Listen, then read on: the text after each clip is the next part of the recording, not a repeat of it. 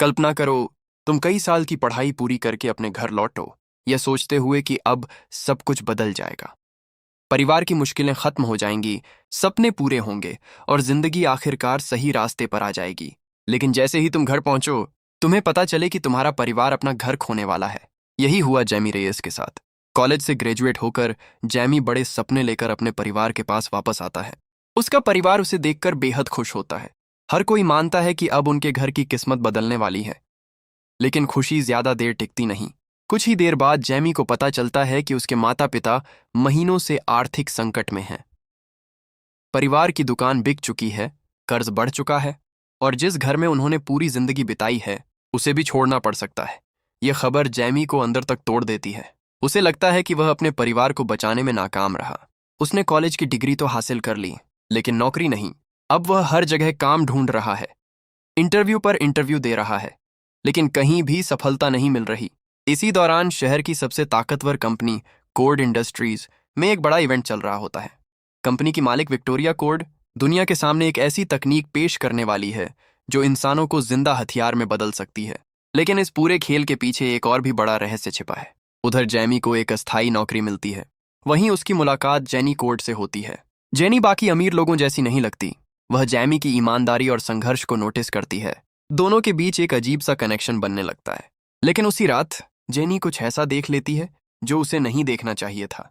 उसे पता चलता है कि उसकी आंटी विक्टोरिया एक बेहद खतरनाक प्रोजेक्ट पर काम कर रही है और उस प्रोजेक्ट का केंद्र है एक रहस्यमयी एलियन वस्तु जिसे स्कारब कहा जाता है। जेनी समझ जाती है कि अगर यह चीज गलत हाथों में चली गई तो हजारों लोगों की जान खतरे में पड़ सकती है।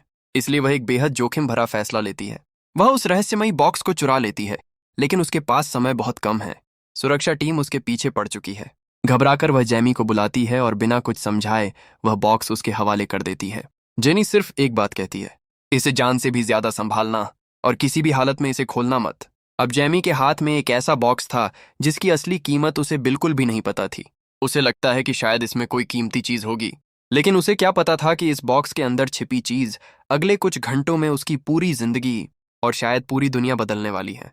और सबसे खतरनाक बात, उसने अभी तक बॉक्स खोला भी नहीं था। जैमी पूरे रास्ते उस बॉक्स को घूरता रहता है। उसे समझ नहीं आता कि आखिर जेनी इतनी डरी हुई क्यों थी। अगर यह सिर्फ कोई साधारण टेक्नोलॉजी है तो उसे छुपाने की जरूरत क्या है। लेकिन इंसान की सबसे बड़ी कमजोरी हमेशा से एक ही रही है, जिज्ञासा। घर पहुंचते ही उसका परिवार और दोस्त उस रहस्यमयी बॉक्स को देखने लगते हैं। हर कोई अलग अलग अंदाजे लगाने लगता है। किसी को लगता है अंदर कोई हीरा होगा, किसी को लगता है कोई महंगी मशीन होगी, और फिर वह गलती हो जाती है जो कभी नहीं होनी चाहिए थी। बॉक्स खोल दिया जाता है। अंदर कोई हथियार नहीं था, कोई पैसा नहीं था, कोई कीमती खजाना भी नहीं था। वहां मौजूद थी एक अजीब सी नीली जीवित वस्तु जो किसी एलियन कीड़े जैसी दिख रही थी। शुरुआत में सबको लगता है कि यह कोई खिलौना होगा, लेकिन अगले ही सेकंड वह चीज अचानक जिंदा हो जाती है। उसकी आंखें चमकने लगती हैं, वह तेजी से हवा में उछलती है और इससे पहले कि कोई कुछ समझ पाए वह सीधा जैमी के चेहरे पर चिपक जाती है। पूरा कमरा चीखों से भर जाता है। परिवार उसे खींचने की कोशिश करता है, दोस्त उसे हटाने की कोशिश करते हैं, लेकिन वह चीज किसी धातु की तरह उसके शरीर से चिपक चुकी होती है। फिर अचानक वह उसकी त्वचा के अंदर घुसने लगती है। जैमी दर्द से चीख उठता है। उसे महसूस होता है जैसे हजारों सुइयां उसके शरीर में एक साथ चुभ रही हों। कुछ सेकंड बाद वह जमीन पर गिर जाता है। सबको लगता है कि शायद अब सब खत्म हो चुका है, लेकिन असली डर तो अभी शुरू हुआ था। अचानक जैमी को अपने दिमाग के अंदर एक आवाज सुनाई देती है, एक ऐसी आवाज जो इंसानी नहीं थी। वह आवाज खुद को एक सिस्टम बताती है और फिर बिना अनुमति लिए जैमी के पूरे शरीर को स्कैन करना शुरू कर देती है। जैमी घबरा जाता है। उसे लगता है कि वह पागल हो रहा है, लेकिन अगले ही पल उसके शरीर के चारों तरफ नीली ऊर्जा फैलने लगती है। धातु की परतें उसके हाथों और पैरों पर बनने लगती हैं। कुछ ही सेकंड में उसका पूरा शरीर एक हाईटेक एलियन आर्मर से ढक जाता है। जैमी खुद को आईने में देख भी नहीं पाता, क्योंकि अचानक उसके पैरों के नीचे से जमीन गायब हो जाती है और वह सीधे आसमान की तरफ उड़ने लगता है। अब वह सैकड़ों फीट ऊपर है, फिर हजारों फीट ऊपर। उसकी चीखें पूरे शहर में गूंज रही हैं, लेकिन उस सूट को कोई फर्क नहीं पड़ता। वह अपनी खुद की जांच कर रहा है, अपने नए होस्ट का परीक्षण कर रहा है। जैमी बार बार चिल्लाता है कि उसे नीचे उतारो, लेकिन सूट उसकी एक भी नहीं सुनता। कुछ ही देर में स्पीड टेस्ट शुरू हो जाता है, फिर हथियार टेस्ट, फिर सुरक्षा टेस्ट, और हर टेस्ट पहले से ज्यादा खतरनाक होता है। नीचे जमीन पर उसका परिवार उसे ढूंढ रहा होता है। उधर कोर्ड इंडस्ट्रीज को भी पता चल चुका होता है कि स्कारब एक्टिव हो चुका है। और सबसे बुरी बात, उसने किसी सैनिक को नहीं चुना, किसी वैज्ञानिक को नहीं चुना, किसी सुपरहीरो को नहीं चुना। उसने चुना है एक साधारण बेरोजगार लड़के को, जिसका नाम है जेमी रेयस। अब पूरी कंपनी, सेना और विक्टोरिया कोड उसी एक लड़के की तलाश में निकल चुकी है, क्योंकि अगर स्कारब उनके हाथ नहीं लगा तो उनके कई सालों की मेहनत हमेशा के लिए खत्म हो जाएगी। लेकिन उन्हें नहीं पता, स्कारब अब सिर्फ एक मशीन नहीं रहा, वह जेमी के साथ जुड़ चुका है और जल्द ही दुनिया को पता चलने वाला है कि यह चीज कितनी खतरनाक हो सकती है। रात खत्म हो चुकी थी, लेकिन जेमी की जिंदगी की सबसे डरावनी सुबह अभी शुरू हुई थी। किसी तरह वह वापस घर पहुंच जाता है। उसका परिवार उसे देखकर राहत की सांस लेता है, क्योंकि कुछ घंटों पहले तक किसी को नहीं पता था कि वह जिंदा भी है या नहीं। लेकिन जेमी खुद नहीं जानता कि उसके साथ आखिर हुआ क्या है। उसे सिर्फ इतना याद है कि कोई एलियन चीज उसके शरीर में घुस गई थी और फिर वह आसमान में उड़ रहा था। शुरुआत में परिवार को लगता है कि शायद यह सब किसी तरह का भ्रम होगा, लेकिन तभी जेमी के शरीर से अचानक वही नीला आर्मर बाहर निकल आता है, सिर्फ 1 सेकंड में, और फिर उतनी ही तेजी से गायब भी हो जाता है। अब किसी के पास शक की कोई गुंजाइश नहीं बचती। कुछ बहुत बड़ा हो चुका है। जेमी फैसला करता है कि उसे तुरंत जेनी से मिलना होगा, क्योंकि वही एक इंसान है जो इस रहस्य के बारे में कुछ जानती है। लेकिन दूसरी तरफ विक्टोरिया कोड का गुस्सा बढ़ता जा रहा है। उसका सबसे कीमती प्रोजेक्ट चोरी हो चुका है और अब वह किसी भी कीमत पर उसे वापस चाहती है। उधर जेनी जेमी को सच बताती है। वह बताती है कि जिस चीज ने उसे चुना है उसका नाम अनस्कारबनकिन है। ये कोई साधारण मशीन नहीं, बल्कि एक जीवित एलियन तकनीक है। ऐसी तकनीक जो अपने होस्ट के दिमाग और शरीर के साथ पूरी तरह जुड़ जाती है। जेमी यह सुनकर सन्न रह जाता है, लेकिन असली झटका अभी बाकी था। जेनी उसे अपने पिता की पुरानी गुप्त लैब में ले जाती है। वहां मौजूद रिकॉर्ड्स बताते हैं कि स्कारब किसी इंसान के शरीर में घुसने के बाद उसके न्यूरल सिस्टम से जुड़ जाता है। धीरे धीरे दोनों एक ही इकाई बन जाते हैं। जेमी तुरंत पूछता है, ठीक है, तो इसे बाहर कैसे निकाला जाए? कमरे में कुछ सेकंड के लिए सन्नाटा छा जाता है। फिर जवाब मिलता है, निकाल तो सकते हैं, लेकिन उस प्रक्रिया में तुम मर जाओगे। यह सुनकर जेमी के पैरों तले जमीन खिसक जाती है। मतलब अब उसके सामने सिर्फ 2 रास्ते हैं, या तो पूरी जिंदगी इस एलियन तकनीक के साथ जीना, या फिर इसे हटाने की कोशिश करके अपनी जान गंवा देना। उसका दिमाग पूरी तरह टूटने लगता है। उसे नौकरी चाहिए थी, पैसे चाहिए थे, परिवार की मदद करनी थी, लेकिन अब वह खुद एक चलता फिरता हथियार बन चुका है। उसी दौरान जेनी उसे एक और बड़ा सच बताती है। स्कारब ने उसे यूं ही नहीं चुना, यह खुद अपना होस्ट चुनता है, और जब यह किसी को चुन लेता है तो उसके पीछे कोई ना कोई वजह जरूर होती है। लेकिन जेमी को यह सब बकवास लगता है। उसे किसी सुपर हीरो बनने में कोई दिलचस्पी नहीं, वह सिर्फ अपनी पुरानी जिंदगी वापस चाहता है। उधर विक्टोरिया की टीम लगातार उसके करीब पहुंच रही होती है। उनके पास हथियार हैं, सैनिक हैं, टेक्नोलॉजी है, और अब उन्हें जेमी का नाम भी पता चल चुका है। लेकिन सबसे खतरनाक व्यक्ति अभी मैदान में उतरना बाकी है। एक ऐसा सैनिक जो इंसान कम और मशीन ज्यादा बन चुका है। एक ऐसा योद्धा जिसे सिर्फ एक मिशन दिया गया है, स्कारब को वापस लाना, और अगर उसके रास्ते में कोई आए तो उसे खत्म कर देना। कुछ ही घंटों बाद जेमी पहली बार उस राक्षस जैसी ताकत से आमने सामने टकराने वाला है, और यह लड़ाई उसकी कल्पना से कहीं ज्यादा खतरनाक होने वाली है। जेमी अभी भी इस सच्चाई को स्वीकार नहीं कर पा रहा था। कुछ घंटे पहले तक वह सिर्फ एक बेरोजगार लड़का था, और अब लोग उसे एक सुपर हथियार की तरह ढूंढ रहे थे। उसे लग रहा था कि शायद वह इस मुसीबत से किसी तरह बच जाएगा, लेकिन किस्मत ने उसके लिए कुछ और ही तय कर रखा था। उधर विक्टोरिया कोड ने अपने सबसे खतरनाक आदमी को मैदान में उतार दिया था। उसका नाम था कैरापैक्स, एक ऐसा सैनिक जिसने अपने शरीर का बड़ा हिस्सा मशीनों के हवाले कर दिया था। सालों की सैन्य ट्रेनिंग, अत्याधुनिक तकनीक और निर्मम सोच ने उसे लगभग अजेय बना दिया था, और अब उसका सिर्फ एक मिशन था, स्कारब को वापस लाना, चाहे उसके लिए कितने भी लोगों को मारना पड़े। उसी दौरान जेमी, जेनी और उसका परिवार स्कारब को समझने की कोशिश कर रहे होते हैं। सब सोच रहे हैं कि आगे क्या करना है, लेकिन उन्हें पता नहीं, दुश्मन उनसे सिर्फ कुछ मिनट दूर है। अचानक जेनी घबराई हुई उनके घर पहुंचती है। उसके पीछे हथियारबंद लोग लगे हुए हैं। वह बताती है कि विक्टोरिया अब खुलकर हमला करने वाली है। इस बार वह किसी को छोड़ने वाली नहीं। जेमी का परिवार डर जाता है, लेकिन इससे पहले कि कोई भागने की योजना बना सके, पूरे इलाके को सैनिकों ने घेर लिया। चारों तरफ गाड़ियां, हथियार और सर्च लाइट्स, जैसे किसी आतंकवादी को पकड़ने का ऑपरेशन चल रहा हो। जेमी समझ जाता है कि अब छुपना संभव नहीं। उसे पहली बार अपनी नई ताकत का इस्तेमाल करना होगा। लेकिन समस्या ये थी कि उसे अभी तक यह भी नहीं पता कि सूट को कंट्रोल कैसे किया जाता है। जैसे ही खतरा करीब आता है, स्कारब अपने आप सक्रिय हो जाता है। नीले रंग का आर्मर बिजली की तरह उसके पूरे शरीर पर फैल जाता है, और अगले ही सेकंड जेमी हवा में उड़ने लगता है। पहले की तरह डर के साथ नहीं, इस बार युद्ध के लिए। लेकिन स्कारब की अपनी सोच थी। उसके लिए हर दुश्मन सिर्फ एक लक्ष्य था, जिसे खत्म करना जरूरी था। जब कैरापेक्स पहली बार सामने आता है तो जैमी को एहसास होता है कि वह इंसान से ज्यादा मशीन लग रहा है। उसके शरीर में लगे हथियार और उसकी ताकत सामान्य इंसानों से कहीं आगे थी। लड़ाई शुरू होते ही जैमी को समझ आ जाता है कि यह कोई साधारण मुकाबला नहीं है। कैरापेक्स सीधे जान लेने के इरादे से आया था। स्कारब तुरंत युद्ध मोड में चला जाता है। उसके हाथ तलवारों में बदलने लगते हैं, बंदूकें बन जाती हैं, घातक ब्लेड बाहर निकल आते हैं। लेकिन जैमी घबरा जाता है। वह किसी को मारना नहीं चाहता। बार बार स्कारब से कहता है, रुको, हम उसे मार नहीं सकते। लेकिन स्कारब की लॉजिक अलग थी। उसके अनुसार दुश्मन को खत्म करना ही सबसे सुरक्षित विकल्प था। यहीं पहली बार जैमी और स्कारब के बीच टकराव शुरू होता है। एक तरफ मशीन की सोच, दूसरी तरफ इंसानियत, और इसी संघर्ष के बीच लड़ाई और भी खतरनाक होती जाती है। कैरापेक्स लगातार हमला कर रहा था। जैमी सिर्फ बचने की कोशिश कर रहा था। लेकिन अचानक कैरापेक्स एक ऐसी बात कहता है जिसने जैमी को अंदर तक हिला दिया। वह कहता है, तेरे परिवार के लिए तेरा प्यार ही तेरी सबसे बड़ी कमजोरी है।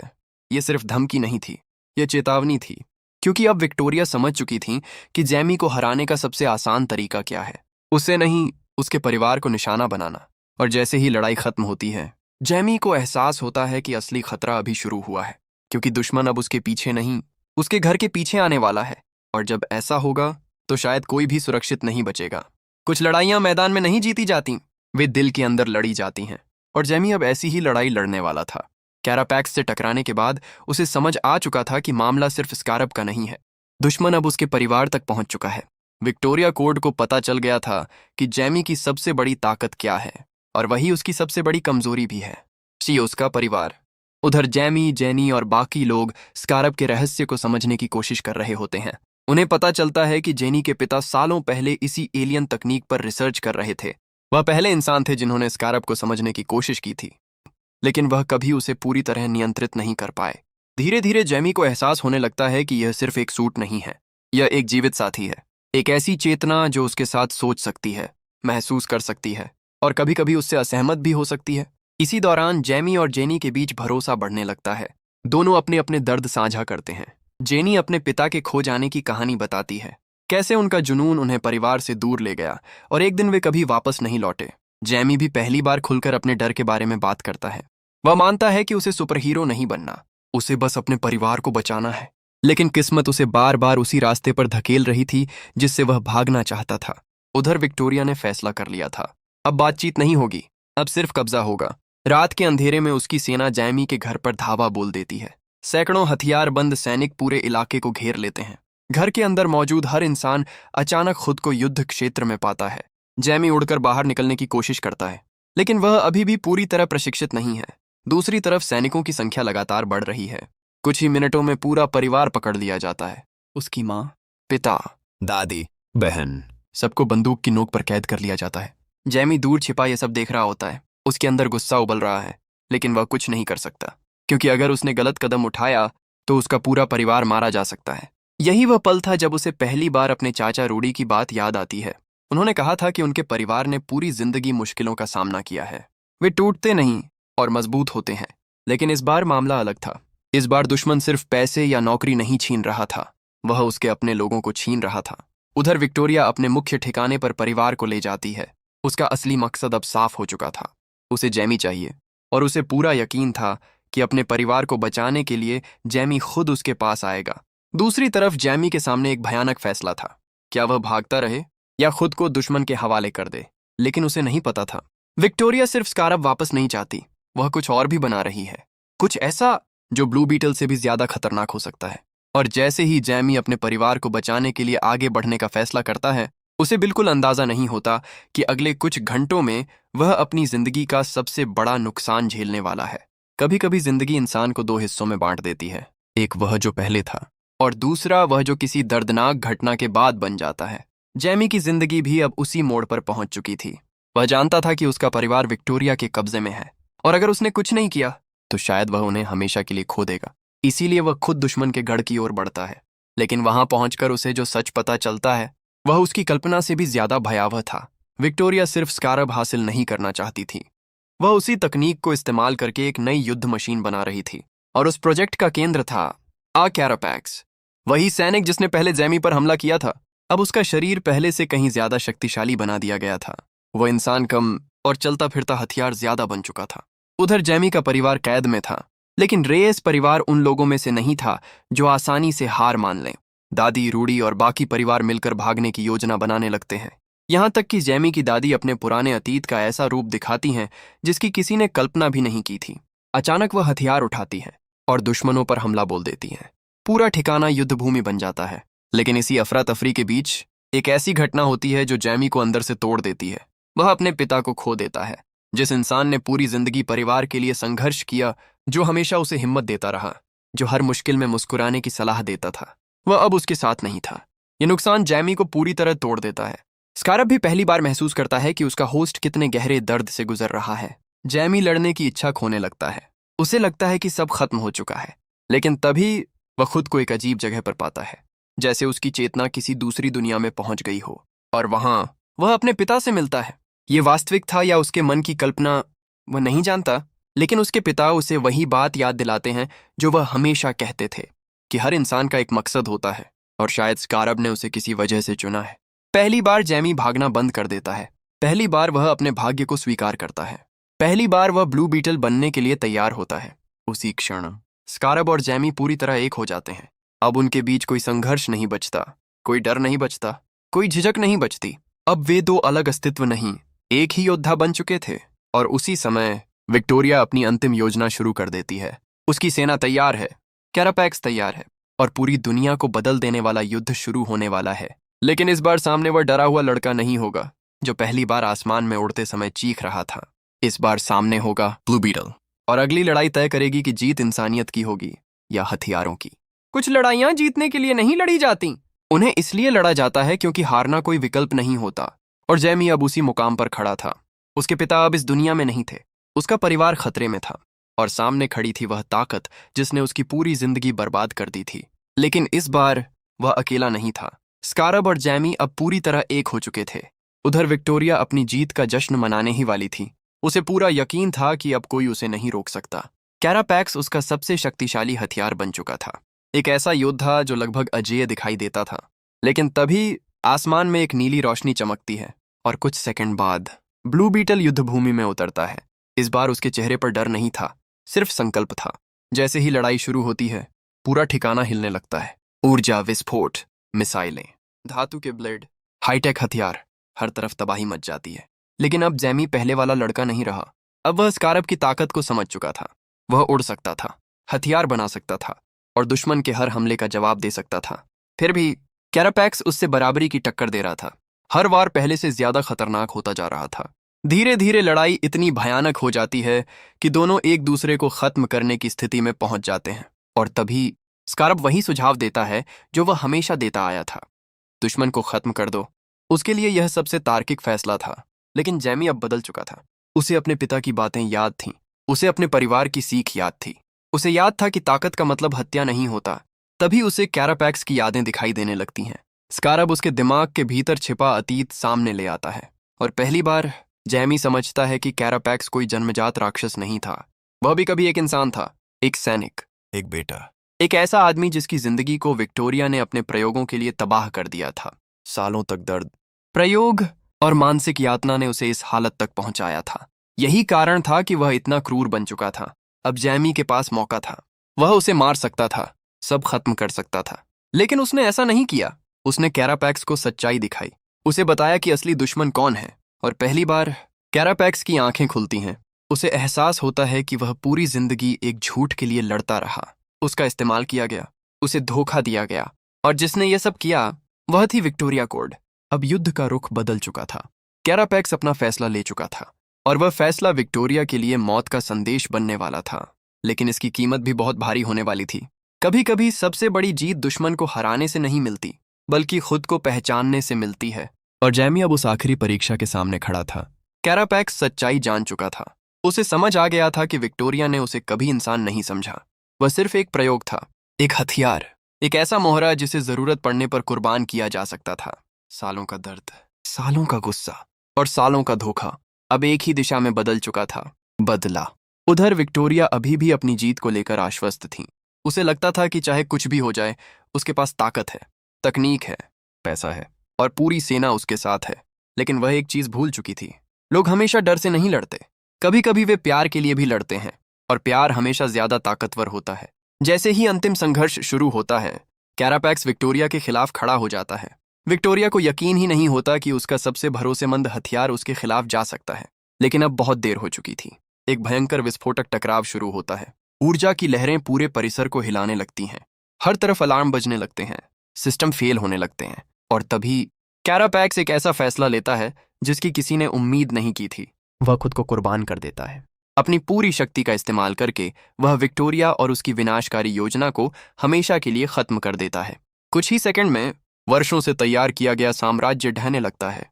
वह औरत जिसने हजारों लोगों की जिंदगी को अपने स्वार्थ के लिए इस्तेमाल किया, आखिरकार हार जाती है। लेकिन युद्ध खत्म होने के बाद भी जैमी के दिल में खालीपन बना रहता है, क्योंकि उसके पिता वापस नहीं आने वाले थे। कुछ घाव ऐसे होते हैं जो कभी पूरी तरह नहीं भरते, फिर भी उसे अपने पिता की आखिरी बात याद आती है। अपनी तकदीर को खुले दिल से अपना ले। और अब वह समझ चुका था कि इसका मतलब क्या था। स्कारब ने उसे यूं ही नहीं चुना था।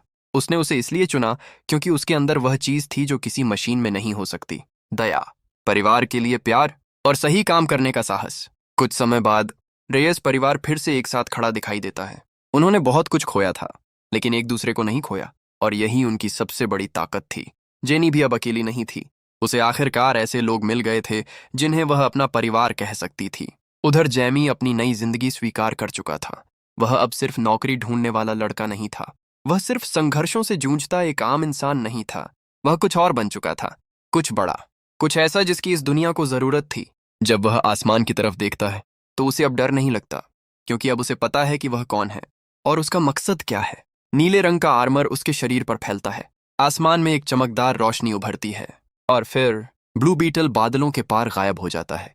लेकिन उसकी कहानी यहीं खत्म नहीं होती, क्योंकि दुनिया में अभी भी बहुत से लोग हैं जिन्हें एक हीरो की जरूरत है, और अब उनके पास एक है। Blue beetle